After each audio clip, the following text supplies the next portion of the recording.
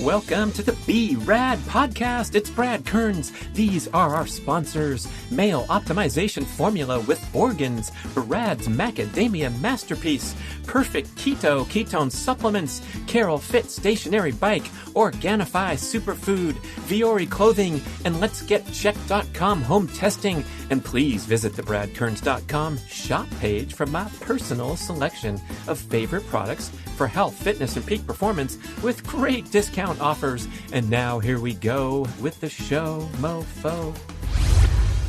For me, it's less about the competition and more about just having fun with fitness, staying fit, inspiring others to find, set their own fitness goals and have fun with their own fitness.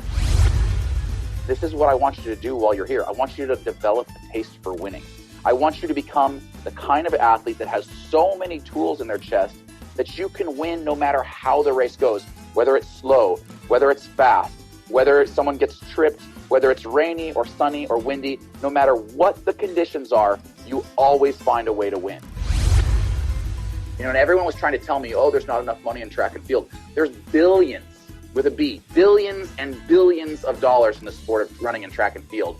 It just all goes to other people. The athletes get very little of it, and that's not right. Ladies and gentlemen, I welcome a very interesting guest, the great U.S. Olympic 800-meter runner Nick Symmonds, now known as a YouTube sensation for his crazy, funny, goofy videos promoting the business that he started called Run Gum. And Nick calls himself an athletepreneur. A combination of an athlete and an entrepreneur. He's still pursuing these cool athletic challenges after his pro career is over, but they're varied and broad and off the wall, and he brings in a bunch of youth into his videos, and he's so motivational and inspirational. I think you're going to really enjoy this conversation, particularly as Nick takes us through his quite unlikely athletic career, where he rose from basic obscurity. He was a low-level, small-town high school runner. He ran at the Division III collegiate level, but he won everything in sight for years and built this competitive mentality, this winning mentality that he took all the way to the very top of the world stage, where on the peak of his career, he won a silver medal at the World Championships. You'll also learn why Nick was called by track and field officials Team USA's official pain in the butt, because he was outspoken and constantly advocating for the athletes' rights and their fair share of the economic pie. He's also going to dispense some great information for young athletes and young runners and the importance of leading a balanced lifestyle and keeping your goals in the proper, healthy perspective. A very interesting show with Nick Symmonds, and go check this guy out on YouTube. He's an absolute sensation. His videos are so clever and entertaining. I think you're going to get hooked, and you'll learn all about the company that he started called Run Gum for a little caffeine boost in chewing gum form. Fun times. Here we go from Nick Symmonds. Nick Symmonds, I am so happy to join you. Finally catching up with the Olympian sitting on a couch. It's amazing. But and then the YouTube scene, I think you're busier and working harder than you did when you were running around the track. What do you think? I'd probably agree with that. It's a different kind of work. When you're a professional runner, you're working really hard for like 2 or 3 hours a day, and then you're kind of just laying around eating and watching TV.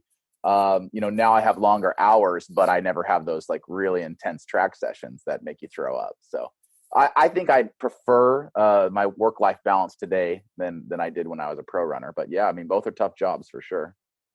Well, what's amazing is that you continue to pursue these challenging goals, and it's fun and neat to see you racing people on the beach on YouTube, but you're still in awesome shape, man, and running a 54 in Crocs, or going into the CrossFit gym and competing against, the top girl and all that. You're maintaining a lot of competitive edge. And I know you coined that term. I think you coined that term, athletepreneur, right? Yeah, I think I heard it somewhere, but I really was an athletepreneur as a pro runner. I viewed myself as an entrepreneur first, and that athleticism, running around in circles was just part of what I did. Now I'm really more an entrepreneur who tries to stay in some kind of shape. I wouldn't call myself much of an athlete other than the sense that I love fitness. I don't train for anything these days. I'm not nearly as competitive as I used to be, but man, I just love working out every day. And it's not any one workout that calls to me. I love biking. I love swimming. I love lifting. I love running. And the cool thing about not training for anything in particular is that every single day I get to wake up and say, oh, okay, what kind of workout do I want to do today? Sometimes I get burnt out of CrossFit workouts and I'll just go bike. Or sometimes, I'm tired of biking or it's too cold out and I'll just go lift or run. Or, it's just, there's so many wonderful ways to work out. And for me, that workout, that daily workout is kind of the glue that holds everything else together. So every single day, 365 days a year, you better believe I'm getting my workout in. Well, I think that is much more healthy, and I can relate to from being in the endurance scene for so long and having, all your energy devoted to just going straight ahead in three sports and triathlon. And, I became fascinated with developing the explosive fitness where I'm doing sprinting and high jumping and things that take 1 second instead of, 8 hours. But I wonder how it kind of carries you along into the next phase of life, where now you're working hard, you're running a business, but you still have that little edge that you can play with and then, go into YouTube and make it something that's also promoting your business. It's amazing. Yeah. Well, if you watch my YouTube channel, I say that, the underlying theme is fun with fitness. And I really mean that. Like, I want to go out and have fun. I want to inspire others to have fun with their fitness, but there's always some kind of competitive or competition angle to it. But I'm not there really as the guy trying to win, the brash young 25-year-old that needs to win at all costs. I'm more of the host. I'm there just saying, hey, let's have fun. And if you get to kick the crap out of an old has-been Olympian, well, good for you. But for me, it's less about the competition and more about just having fun with fitness, staying fit, inspiring others to find, set their own fitness goals and have fun with their own fitness. Yeah, that really comes through on the videos. You're like a natural coach and you're so supportive and enthusiastic of the random people and the kid that shows up to all your races and gets a special award at the end.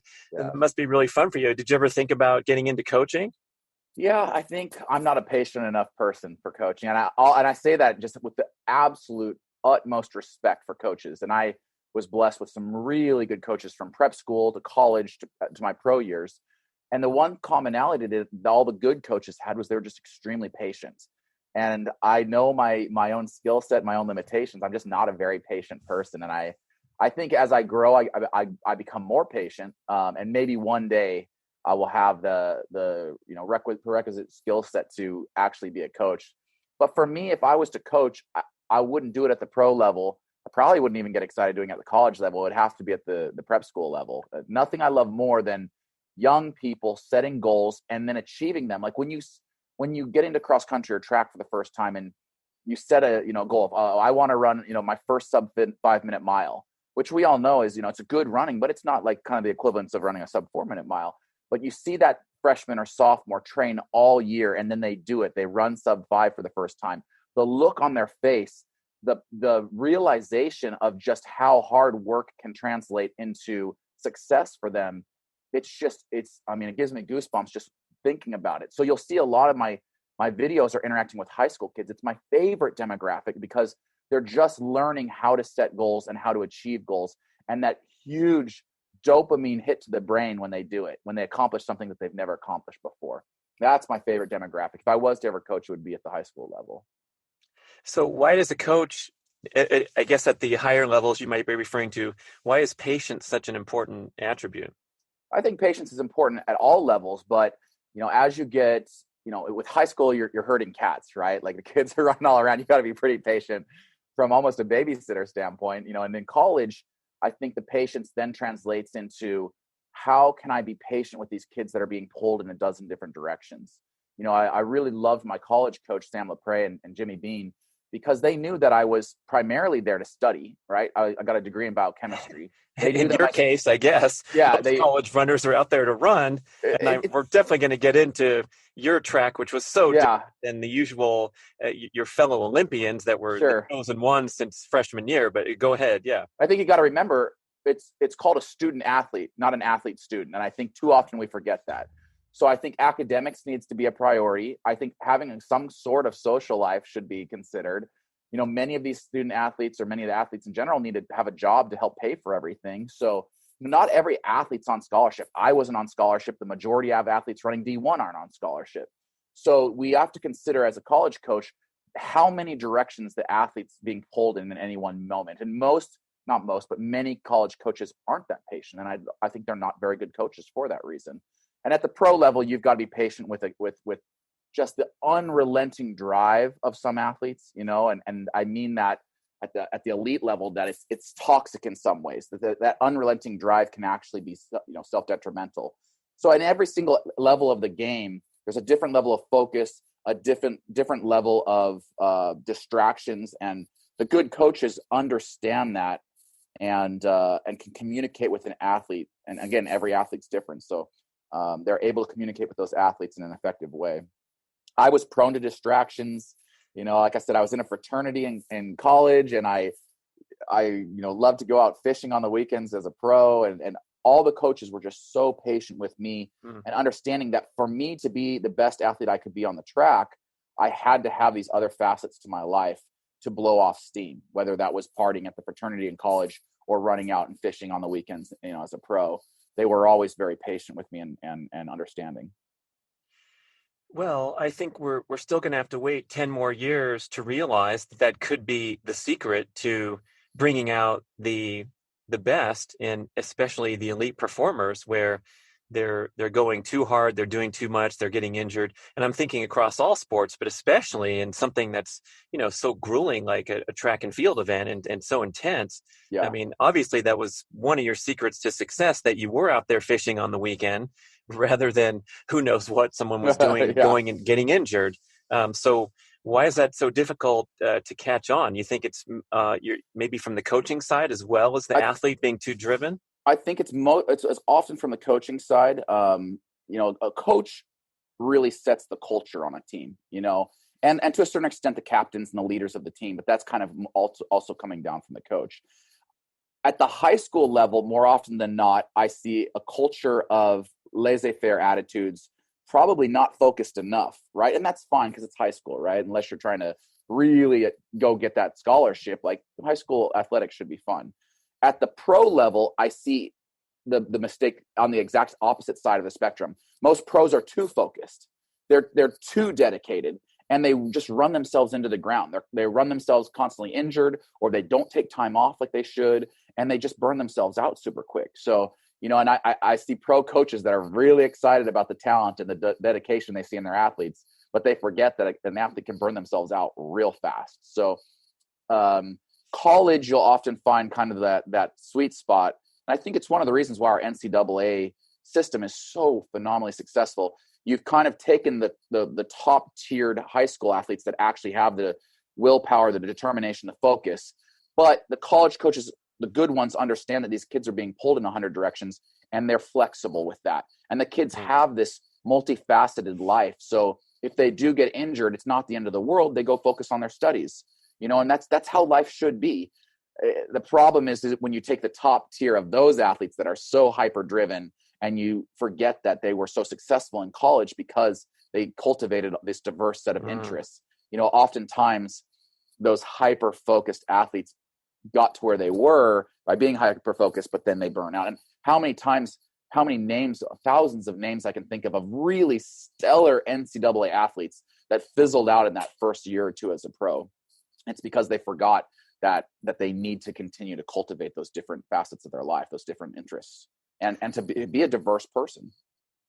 Yeah, it seems like if the coach has too much ego involved, they're kind of, too far enrolled in results as well, and they're driving the athletes too hard instead of being patient and getting that nice relationship that you always make. You go to great lengths to credit your coaching and your team. That was, all part of the big picture to nurture you along. And I especially want to talk about your track, which is so unusual because you were kind of off the 5-star ranking list out of high school, and then went to a Division III university. So I don't know what the stats are like of how many dudes went from Division III to World Championship silver medal, but tell us how that was to kind of come in through the side door, the back door of track and field. Yeah, it is unusual. And if you look at an Olympic roster, Team USA might have one or two Division III athletes. It's very unusual. But for me, I grew up in a little state, Idaho. So I wasn't big state, little people. It's a great state. I love Idaho too, and I go back frequently. My whole family's there. And I think it was a good place to be a prep athlete because I was able to just kind of, like you said, be patient. When I looked left and right, I wasn't, in the state of California or Texas or Florida where I was constantly comparing myself. I was winning state titles in, like 157 for 800. And I'm like, I'm awesome. I'm the best runner in Idaho. And I was, but like I didn't understand, because this was pre-internet. I didn't really understand where that put me in the national scene. I just knew I was awesome in Boise and, winning state titles in Idaho. So, I was a big fish in a small pond, and I liked that. I recognized that I needed that. So when I started looking at colleges, the thought of going to, Oregon or Texas or Florida, as much as I love those schools, I kind of recognized that I was just going to be another number on those rosters. And so when I looked at some of the smaller schools like Willamette, where I ultimately went, I met with the head coach, and the head coach at the time, Kelly Sullivan, said, Nick, at Willamette University, you're going to be a student athlete and not the other way around. And he said, I know you want to study pre-med. If you are in labs all day and I have to come out here at 8 p.m. and turn on the lights so you can get your workout in, I'll be there holding that stopwatch. That's not something any of the D1 coaches said, right? That's something that the D3 coach said. And I'm like, yeah, that's music to my ears, because I had no idea where my career was going to go. But I knew I wanted to keep running, and I knew I wanted to study biochemistry. And it just seemed like at Willamette, that offered me the best chance to find success in both. Wow, what a wonderful recruiting pitch right there. I mean, you can't beat that.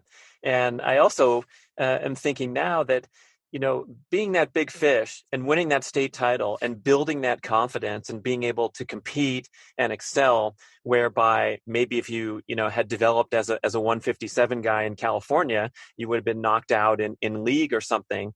But, allowing that confidence to build, I think that's really important, rather than constantly being surrounded by, competition that was maybe over your head at that time because the kids grew faster than you when you were 13 or 14 and all those weird things. And I was so a late bloomer, I was a super late bloomer. Yeah. So if I was just getting my butt kicked every weekend, I might have stopped running really early on. I'm like, I guess I'm not good at this. But you're right. I was developing a love for the sport. And another Kelly Sullivanism here. He said, Nick, at Willamette, I know it's a small D3 school and you're kicking butt already. I won the NCAA title in both the 8 and the 15 my freshman year. He goes, this is what I want you to do while you're here. I want you to develop a taste for winning. I want you to become the kind of athlete that has so many tools in their chest that you can win no matter how the race goes, whether it's slow, whether it's fast, whether someone gets tripped, whether it's rainy or sunny or windy, no matter what the conditions are, you always find a way to win. And that was like my mantra in college. Like, there's nothing you can throw at me that will rattle me or prevent me from winning this race. And I went like 7 years from my sophomore year of high school to my senior year of college. I never lost an 800. 7 straight years without losing an 800. Oh. And you can imagine how many different crazy things were thrown at me during those 7 years. But I would always find a way to get to that finish line first, whatever it took. And there were some elbows and there were some panicked moments in the last 100, but I developed a taste for winning. And then when I didn't win an 800, it was like such a gut check, and it happened at the 2006 U.S. Championships where I finished second to Kadivas Robinson. But, which is a great accomplishment, especially for some no-name D3 kid that just showed up out of nowhere. But just losing, even at that level, I was like, I have to train harder. I have to refocus. I have to find the best coach as a pro. I have to have the best sponsor, because I knew that I had to rise to the occasion if I wanted to keep winning at that level. And same thing happened when I decided I wanted to be the best in the world, or try to be the best in the world. I knew I had to just keep rising to the occasion. I did it from high school to college, from college to pro, and then from mid-tier pro to, top 2 in the world. That's crazy, man. They turned you into a winning cyborg. They programmed your brain. It's a mentality. Yeah. There's going to be a bunch of people trying to copy this now, or they're gonna just sandbag them and put them in races where they win for 7 years in a row and then step on to the nationals. Well, I will say this, winning 7 years in a row, that's a mistake. That's a coaching mistake, right? That's me not being introduced to the right competition. And I wouldn't necessarily blame my high school coach, because traveling at the prep level is very hard, especially in a big state like Idaho. Like, it just wasn't easy to travel from Boise all over the United States to chase competition. But my college coach, the head coach after Kelly left, he really messed that one up. And I would beg him, please send me to a better race. I need better competition, and he just, I don't know why he didn't do it. But, I think that you need good competition, but throwing your kids into the deep end every single weekend, like we do in California, like we do in a lot of these prep states, I don't know if that's the right call. You need to help build your athletes' confidence, and letting them just kick the crap out of some kids on a weekend in a dual meet, like that can be really good for their confidence. And confidence, cannot be understated or undervalued when it comes to distance running or mid-distance racing. Split decisions need to be made, right? In an 800, you'll make half a dozen decisions that are going to make a massive difference in whether you win or lose. And you have to practice those things. Just going out and time trialing every weekend, it's not going to teach you how to run in a pack. It's not going to teach you championship racing. You have to learn those things by doing. And being in a time trialing state like California for some kids, it's just, I don't think that's the best way to learn how to race. Yeah, interesting. So, at a certain point, you finally, get out there and realize that you can become a pro. And then I guess thrown to the wolves and thrown in all these circumstances where it's not going to be a certain win for the gamblers in the stands are not going to cash in every single time. Yeah. But what's amazing, and people can watch your YouTube video talking about your time progressions. And this is where it gets kind of interesting because, there's a lot, like you said, there's a lot of champions in college that hit that certain level. But then you made these ridiculous drops in your 800-meter time that are, beyond description how difficult it is to go from 151 to 148 and 148 to 146.3 and all that. So when you started getting faster and faster, and it got more and more difficult to make these incremental improvements, but you still did and got down into the, as you described, the very elite level of the world. How did that roll out? I mean, that's just, it's hard to describe, how you can get that going. Well, one thing I'll say is, I think kids are hyper focused on time these days. Every single time I had a big jump from, 153 to 149 or 149 to 145, or then 145 down to 144 and 142 eventually. Every single time I had a big jump, it was not in a time trialing situation. It was always in a championship scenario without rabbits. And I wasn't even thinking about time. I was literally just thinking, I have to win this race. And everybody in that race thinking that same thought push each other to those great times, right? So all my big breakthroughs never happened in a time trialing situation. They always happened in just a championship race scenario. So sometimes you just stop thinking about time and just focus on racing, and the time will come. So you're describing that you're a gamer, man. I mean, there's no other way to say it. I would say I'm, a short, stocky kid from Idaho. My strength is not in my genetic abilities. If there was one strength that I had, it was that I was a gamer. When the championship setting was there and the chips were on the table, I always found that extra, 2 or 3%. I always rose to the occasion. Maybe it's my adrenal system. Maybe it's my unrelenting ego of never wanting to lose, but when the chips were down in a championship scenario, I rose to the occasion. I think probably best seen in the 2012 Olympic finals when I ran my personal best, lifetime best of 142.9. That's an example where I run almost a full second best in a championship scenario after having already run 2 rounds. I just wanted that medal so bad, and I recognized that there were 1.5 billion people watching that race. And I just wanted to make my country proud and my family proud. And, that's what a gamer does. When that do or die moment comes, they find that little bit extra that I could never find in a time trial. And some people are fantastic at time trialing, and I really respect that skill. It's just that wasn't my skill. My skill was racing. Yeah, I imagine you had some setup events on the circuit where there were financial incentives and rabbits, and you were fresh coming off a perfect training block where you predictably would have set a PR. I'm sure you did really well on those too, but to come through in the Olympic final, And that was Rudisha in the front, right? So that was the Yeah. greatest 800 meters ever run. People can go look for that on YouTube also. But the fatigue factor of running the rounds and all that, I guess you were able to overcome that with your adrenal system. You're the guy with the gun to his head that's going to run a PR at the very right time. And that's what it really felt like. I mean, metaphorically, I felt like there was this gun to my head. Like, if I don't leave it all out there, I know the kind of depression that I'll slink into, because it happened every time I lost. At a major event, if I lost, it haunted me. Like, there are people that are like, oh, I hate to lose. No, I would slink into pretty major depressions if I had a bad race or a bad season, especially. And I just, the thought of going through those depressive moments was just such a motivator to train your ass off. If I had trained as hard as I could and I raced as hard as I could, then even if I lost, at least I could get through it and come out the other end ready to tackle another season. But there's a couple races that are in my mind where I'm like, I probably didn't approach that right or didn't leave it all on the track. Nothing will haunt you more than not leaving it all on the track, right? Well, I'm going to assume that you were ecstatic at the finish line of that Olympic final. I wasn't. No, I was pissed off. Okay, man, this guy, listeners, we got to say, this guy's one of a kind, because I think most people crushing their PR, is that second fastest American of all time, coming behind the greatest run in history of that event.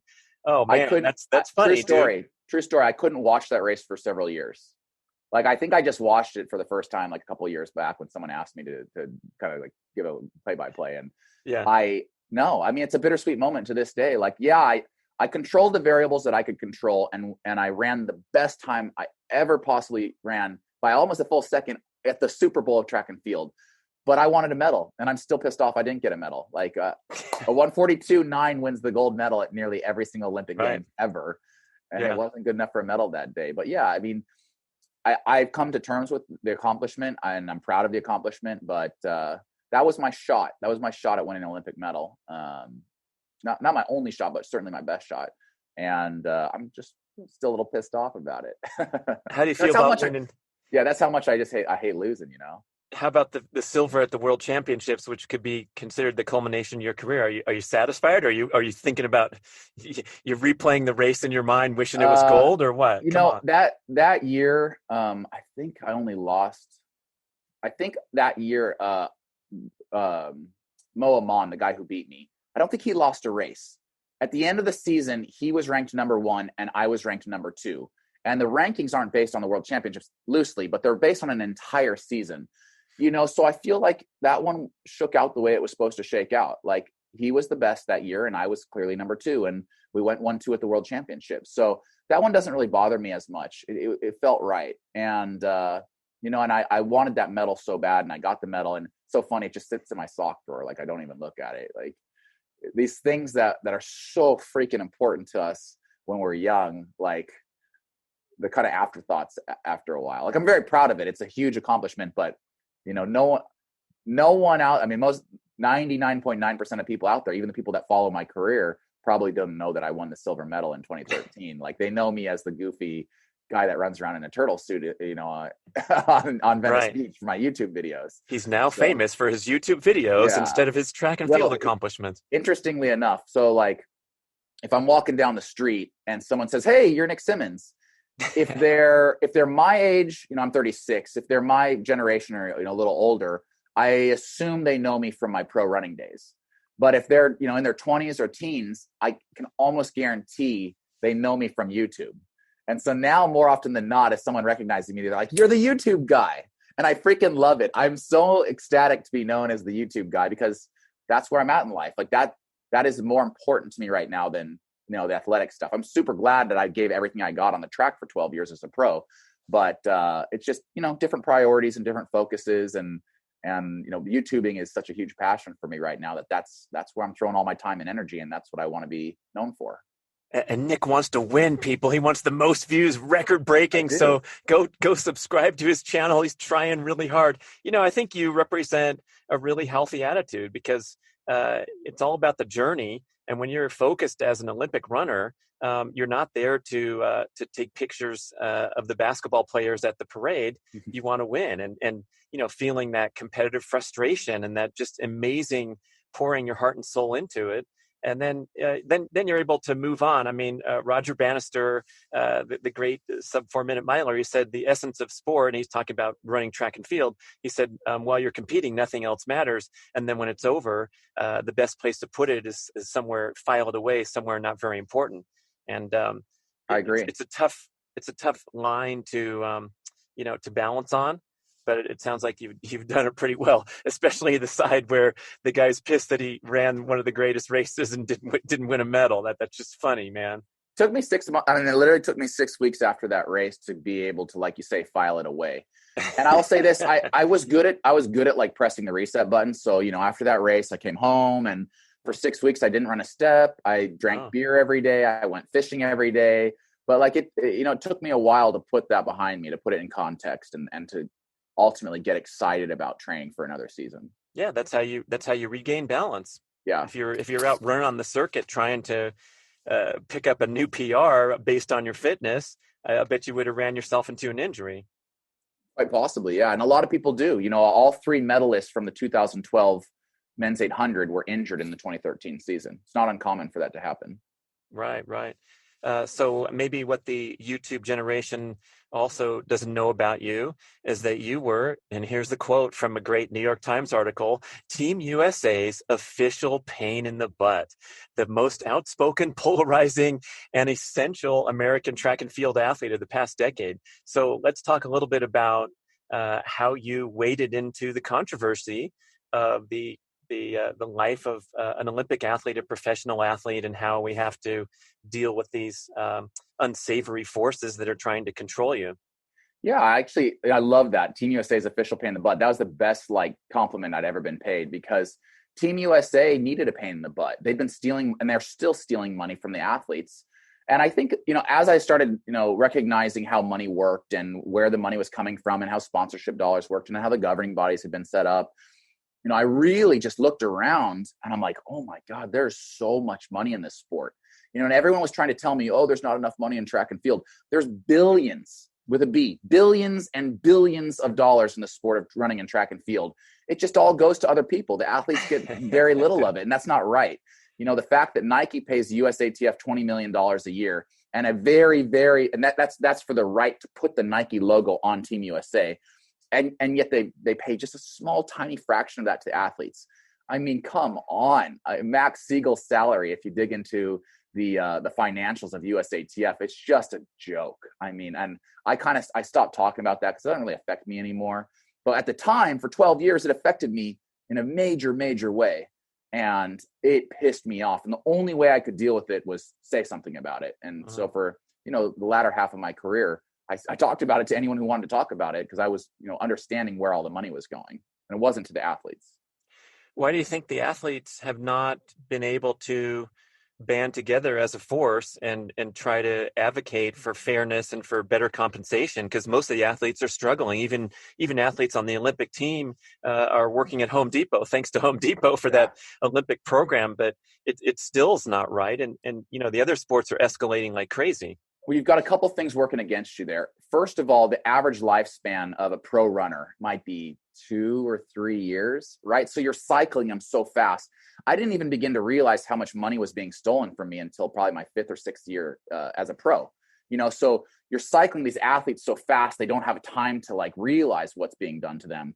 And then if they do actually last long enough, you've got a huge diversity on track, which is my favorite part about a track team, by the way, is just how diverse it is. But it's not really a team in the way that a baseball team's a team or a basketball team's a team, and they train together day in and day out for years at a time. Sometimes, a Team USA is thrown together last minute, weeks before a championship, and you've got people from different states, different socioeconomic backgrounds. Just the diversity that makes it so cool and wonderful is also kind of a hindrance when you're trying to unionize athletes. So it's not a real cohesive team in the way that baseball players are. or basketball players are, and where people maybe come from similar socioeconomic backgrounds and can form these unions. It's just a real hodgepodge, which makes it for a beautiful, diverse team, but not necessarily the kind of team that can unite for collective bargaining with the powers that be. Yeah, I noticed that in the sport of triathlon too. And I thought the biggest problem with trying to organize the athletes was everyone was too busy out there training. And then when push came to shove, and we had the similar battles to track and field where they're giving us uniforms to wear with other logos that are different and all that kind of stuff. And I remember having an intense session with a group of athletes that had qualified for the World Championships. And one of them stood up and said, I don't know about you guys, but all I care about is representing my country in this great competition. And there I noticed with that comment, everything falls apart if you throw in these these sparkly, dreamy things that are not directly associated with your economic opportunities or your economic well-being. And I think part of that's probably in play too, where for some reason the athletes maybe not focused on the economic consequences of their career, and they just want to compete, and they know they're never going to earn that much money, and so they check out of that part of their profession. Well, and I think when you're a young athlete in an Olympic event, like track and field, for example, but you could be anything, skating, curling, whatever it is.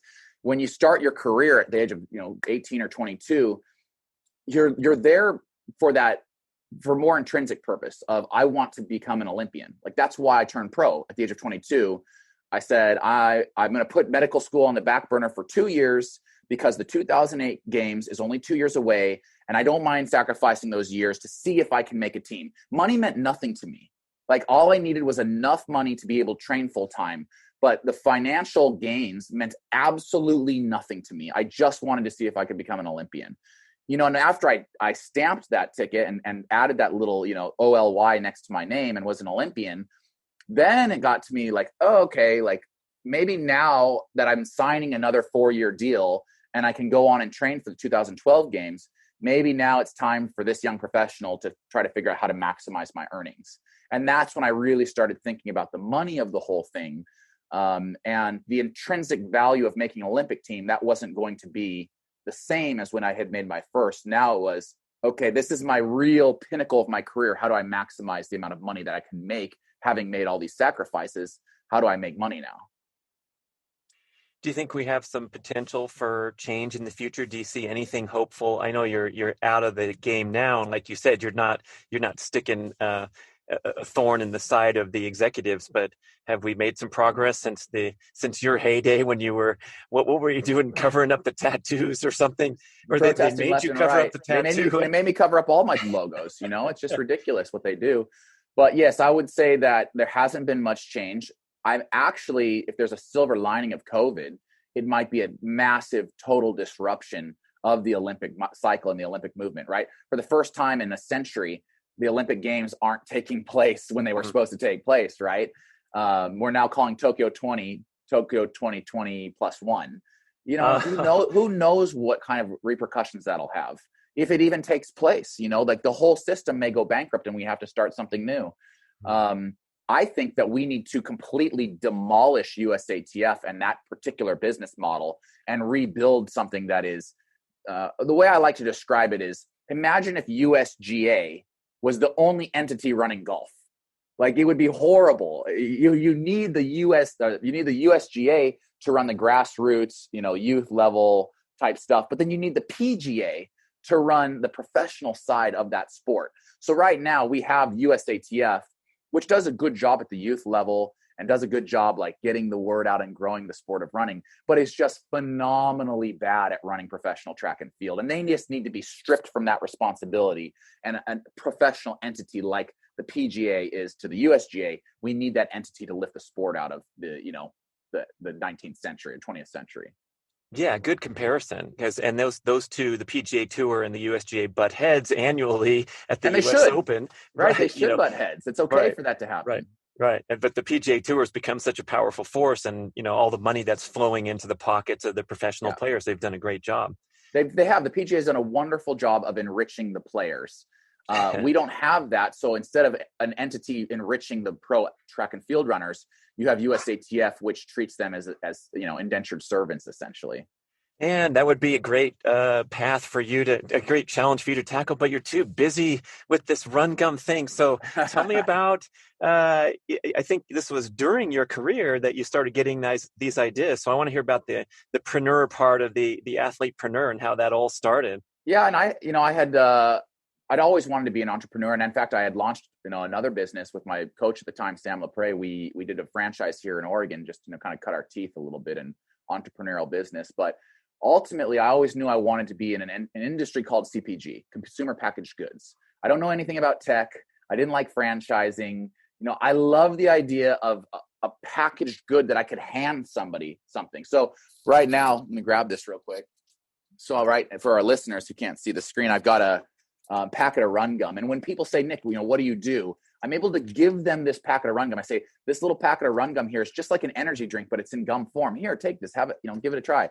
I love being able to do that. So I had this idea for an energy gum. When I made the 2012 team, I had several energy companies sending me product. And I fell in love with one in particular. I won't name names. And I loved their energy blends.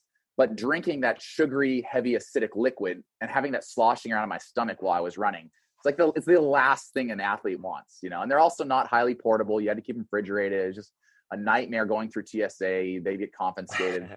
I'm like, we need to create a new energy product that bypasses the GI tract. And so we were looking at sublingual absorption, which is 5 times faster than gastrointestinal absorption. So I'm looking at tinctures.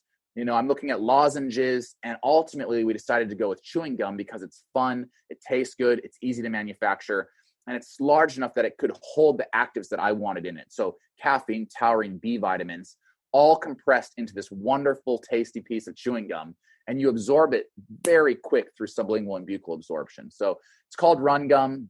It was designed for runners, but in the last 5 years, we found that anybody out living an active lifestyle loves this product. So you're running the kids around town, you're running errands, you're running into a meeting, or you're actually out running. Like Run Gum is that boost in your back pocket for when you need it most. Very nice pitch there. It sounds. Thanks. I've done it once or twice before. Yeah. Yeah.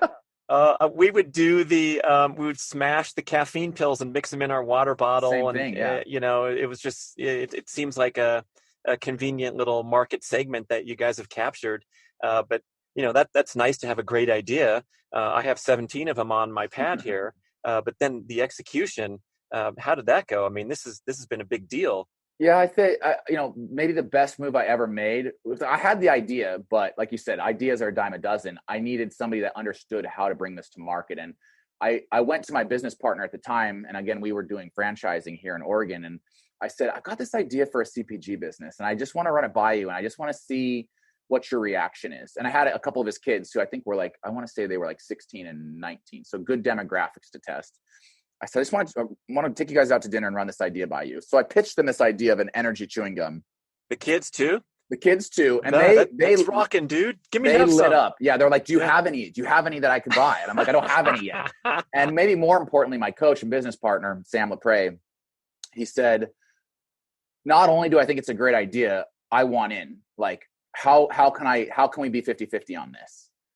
So to have my business partner light up, have the kids light up, I'm like, this is it. This is the product that I really want to bring to market. Now, and Sam was he coaching at Willamette still? He was a strength and conditioning and sprints coach at Willamette, and he and I just got along great. So when I turned pro, he kind of came along as a mentor and an assistant with OTC. And he and I have been best friends and business partners for 20 years now. But when I said that, when he said, I want in on this, I'm not just here to mentor you on this, but I want to be your business partner on this, that changed everything because he understood what it was going to take to bring this to market. And, I would say in those early days, he was just absolutely essential from, running payroll, hiring employees, finding real estate for us to build our first HQ. I mean, everything. He knew what needed to be done. And he said, Nick, you are the face of this. I need you to continue to talk about it. In every interview, you can talk about it, get more earned media, run as fast as you can, show off the product. So I was really the marketing PR side of things. And he was really the financial operations side of things and hired our COO, Nathan, who was also a co-founder. And that was probably the second best move we did. So it all worked out. But like you say, there's everybody has an idea. It's all in the execution. And if I'm going to, kind of put a wet towel on everything, the most important part of that execution is the financial plan, right? If you don't have the money figured out, then how are you going to get this thing? So make sure before you start a business that you understand how that business is going to run. Businesses need money. That is their blood. Make sure it has enough blood to live for a certain amount of time to test that idea. And if I'm going to, peel back the curtains on Run Gum, Sam and I came in 50-50, not just on, ownership, but on also cash in. And so it was self-funded founders round. We both put in cash, and in our business model, we knew that we had enough cash to run the thing for 2 years. Even if we made $0, we had enough cash to run it for 2 years. And of course we made money along the way and reinvested that money, and the rest is history. But you just have to understand how the money works in your business model, or you are just one of those businesses that, never really gets off the ground. And I guess in your guys' case, bringing in other experts, not thinking that you know it all from being a track coach and Olympic runner. Yeah, no one knows it all. A good team assembled. Yeah. Yeah, and literally no one knows it all. And any entrepreneur that's being handicapped by thinking they don't have enough knowledge, you don't need that much knowledge. The only knowledge I really think you need to know is what you're good at and what you're not good at. If you have that much knowledge, then you can just go hire all the other pieces, right? So I'm really bad with technology and I'm really bad with numbers, but I'm really good at marketing and PR. So we've let me be good at marketing PR, and we hired people to help us out with the numbers and the operations. That's a smart guy right there, telling us what you're really bad at. No joke. I was just doing construction with my construction friend, and I don't know shit about any of it, but I'm smart enough to know I don't know how to work this nail gun. I ain't touching that until you show me. But I think most people get some sort of arrogance or blinders on and plunge into things that they're not really expert at, and think that they are just from their hubris or something. Well, and there's two different sides of that spectrum, right? On the far side, the hubris side, I know everything. I don't even need to hire people. I'm an expert at everything. That's a great way to run a business straight into the ground. On the other side is the self-doubt, which is one of the most cancerous things in an entrepreneur's mind. Is I don't know anything, and I need to become an expert at all of these fields before I can get off the ground, right? That person will never, ever launch their business. So you want to be somewhere in the middle. You want to say, I know what I'm good at, and I know what I'm not good at. I don't need to be perfect to launch this business, but I just need to know, as we scale, the pieces that are going to have to be put in place to make this machine work. Well said. Yeah. And so somewhere along the line, you realized that maybe you and the camera were integral parts of building this business. That seems like the YouTube effort is a big part. You got these 1 million+ views of the videos, but tell me how that whole program got started and has taken off to the point where it seems like a major effort that you guys are making today. I mean, you have drones, so it's got to be a major effort. Yeah, you add a drone, you double your production. You're so big time with the drone. Yeah. Well, I will credit our COO, Nathan, who is, a lot hipper than I am and understands trends. And he's like, why don't you have a YouTube channel? I'm like, oh, I don't have funny cat videos to post. He's like, that's not really what YouTube is anymore. And I wasn't a consumer of YouTube content, so I didn't understand the platform. And then when I started, watching and seeing how creators were creating these wonderful channels in various niches, I'm like, yeah, maybe I could do this. I have a lot of knowledge from 20 years as a competitive runner. Maybe I can use my YouTube video to, 1, pass some of that knowledge on, and 2, entertain people, because I like doing that as well.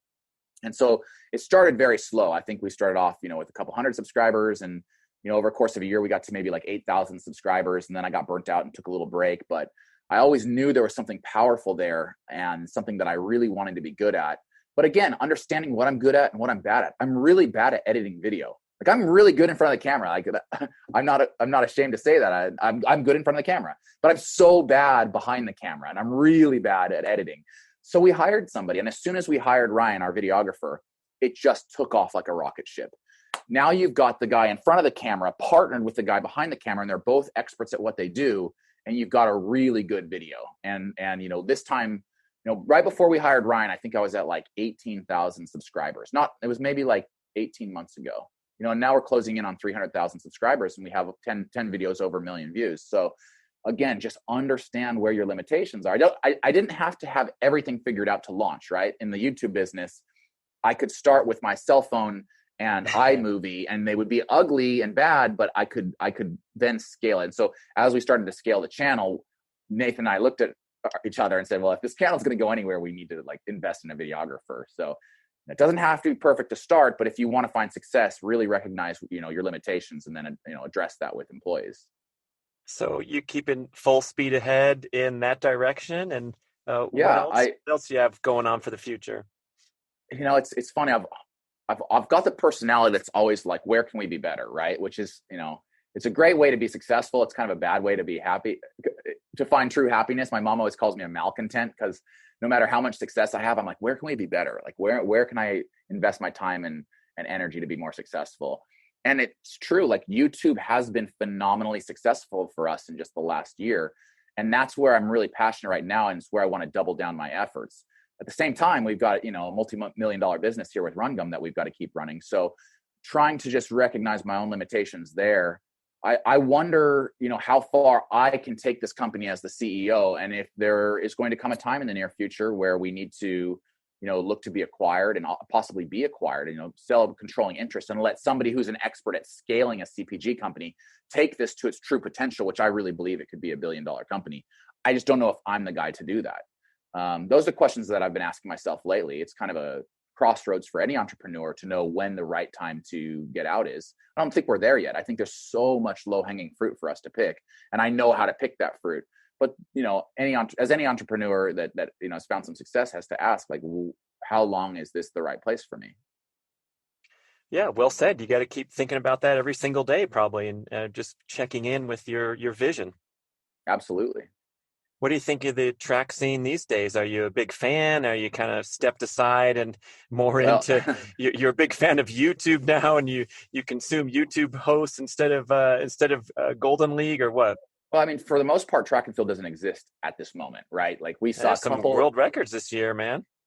We did. Yeah. But it wasn't the same, right? It wasn't the same as an Olympic season. It wasn't the same as a championship season. It was time trialing. And again, as a guy who's not a big time trialer, I don't get excited about that much. Like I get excited about championship racing. So we didn't have that this year, not at the US level, not at the international level. And so for me, this was kind of just like a holding pattern year. And we're going to hopefully be able to resurrect that side of the sport in 2021. But I still love watching championship races. I'm not going to tune into a Diamond League. I'm not going to tune into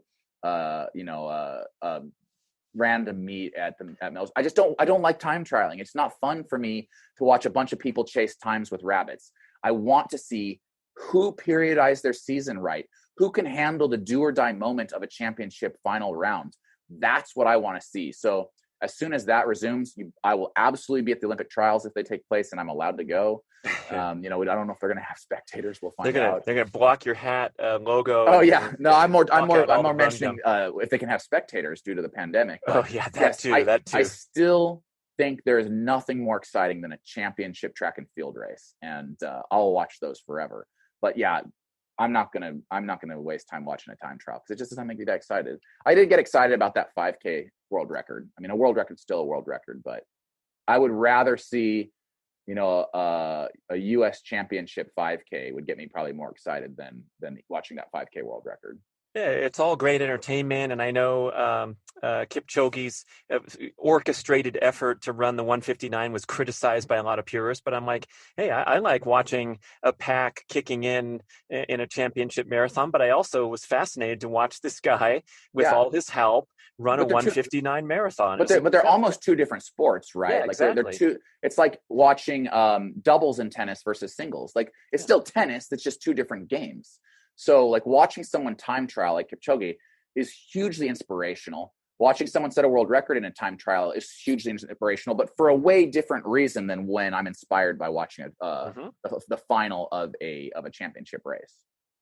Yeah, no, you got a lot of young fans that are runners, and it sounds like you gave a great tip earlier in the show when you were talking about that balanced lifestyle and being a fraternity guy in college rather than a freaky runner guy, looking over his training logs on Saturday night instead of having fun. So maybe we could part with some great words of wisdom for young athletes that are in your sport and looking to excel and continue to improve and also enjoy themselves. Well, just looking back on my own career, and every athlete beats to a different drum, so I'm not going to say that what works for me is going to work for somebody else. But if I'm speaking in generalizations, prep athletes need to focus on having fun, period. Right? Like if you're in high school, sport should be fun. If you're not having fun, why are you doing it? And even though there were parts of track and field and cross country that I didn't like, overall, I was having a lot of fun, In college, this is where you're really going to find out where you're going to be successful. And so, the fun maybe comes down a little bit as you dial up your focus. There's still going to be a lot of fun, but this is your chance to really put a lot of time and energy into something, whether it's your academics or your athletics, and find out just how great you can be. And then as you get kicked out of that safety nest that is college, you're going to go out to the real world and you're going to take wherever you found your success and then really try to scale it. So I would say, me personally, I dialed up my level of focus and my willingness to invest myself into the sport. Maybe I was 50% focused in high school, 75% focused in college, and darn near 100% focused as a pro. But throughout it all, even at my highest level of focus as a pro, I still knew when to stop and press the reset button at the end of a season and not wear myself into a ground. If I leave one thing out there, because I think there's a lot of people that'll identify with this, I tell kids at the end of a season, make sure you take some time off. As a pro, I would take 6 weeks off at the end of a season. As a high school student, I always recommend, maybe 2 or 3 weeks off, high school and college. And I get these kids, I'm not going to take any days off because I'm dedicated to my sport. I'm like, if you were really dedicated, you would take time off. It's not hard to run every day. That's not hard. The hard thing to do is to listen to your body, to periodize your training, to peak at the right time. That is really, really hard to do. Anyone can just be stubborn enough to lace up their trainers and run every day. It's not hard. The hard thing to do is to peak at a championship race year in and year out. That's hard. Yeah, I mean, you can't reach those highs until you have the balance and the lows. Julio Jones, the NFL wide receiver, Yeah. I asked him about his off-season training strategies and things that he does. He says, I don't do anything, man, except for I eat healthy and take care of my body and rest, because you're coming back pretty soon with an incredibly intense NFL season, getting pounded and Absolutely preparing in training camp. Great stuff. I always wanted to get to that point after I knew when it was time to start training again. And some years it only took 2 weeks. Some years it took 4. Some years it took 6 weeks after a season. I wanted to look down and just be like, oh man, I'm out of shape. Like I want to go run so bad. Like I'm dying to go for a run because I miss being fit and I miss looking down and just, being proud of my body. Like once I got to that point where I'm like calling coach, I'm like, can I start training now? Like that's when I knew it was time to really, start periodizing another season. That's beautiful. I love that. But that doesn't mean I went out. Yeah, that doesn't mean I went out and hammered a 14 miler. Like my first couple runs back might be like a 15-minute jog, or maybe a 4-mile long run to try to slowly start shedding that weight and building the momentum back into a long season, which might be a 9-month training cycle. Nick wants to look down and not see his toes. The obesity test, if you stand there in the doctor's office, you can't see your toes. You've got an issue, man. Yeah. Hey, man, I appreciate your time so much. Your story is so inspiring. What's next on YouTube? You got a crazy athletic goal that you're gonna unleash pretty soon? No, because again, it's fun with fitness, right? It's not necessarily like misery. Although I did ride a 100-miler the other day for a YouTube video that was pretty fun. My very first 100-miler. That was really a good accomplishment. But no, I drop a video every single week on my channel, Nick Symmonds. Sometimes they're fun, sometimes they're educational, sometimes they're inspirational. But you'll get a new video every single week. And, I think we're going to hit about 300,000 subscribers before the end of the year. My big audacious goal for 2021 is to get to 1 million subscribers. And I'm going to have to pull out all the tricks to get it done. But I think it's a really good goal. It's a goal I'm really passionate about. Love it. Keep up the great work. Nick Symmonds, everybody. Thanks for listening.